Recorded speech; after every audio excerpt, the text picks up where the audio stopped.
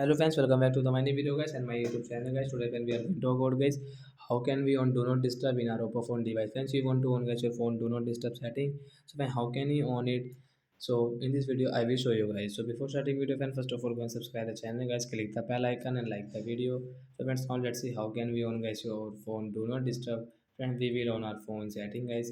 After on phone setting guys, scroll it friends, click on phone sound and vibration. Then guys again scroll friends, you can see a do not disturb guy, we will tap here.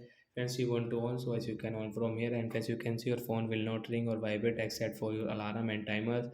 And friends, status bar will show guys a moon icon on our screen. Phone icon on your screen guys, status bar will show. And friends, your phone will not ring and vibrate except your alarm and timer guys. So like that guy, we can on guys do not disturb setting guys, and guys we can use it in our oppo phone device. So bye bye friends, thanks for watching the video guys. Are you friends have understood how to on do not disturb in our oppo phone device? Bye guys.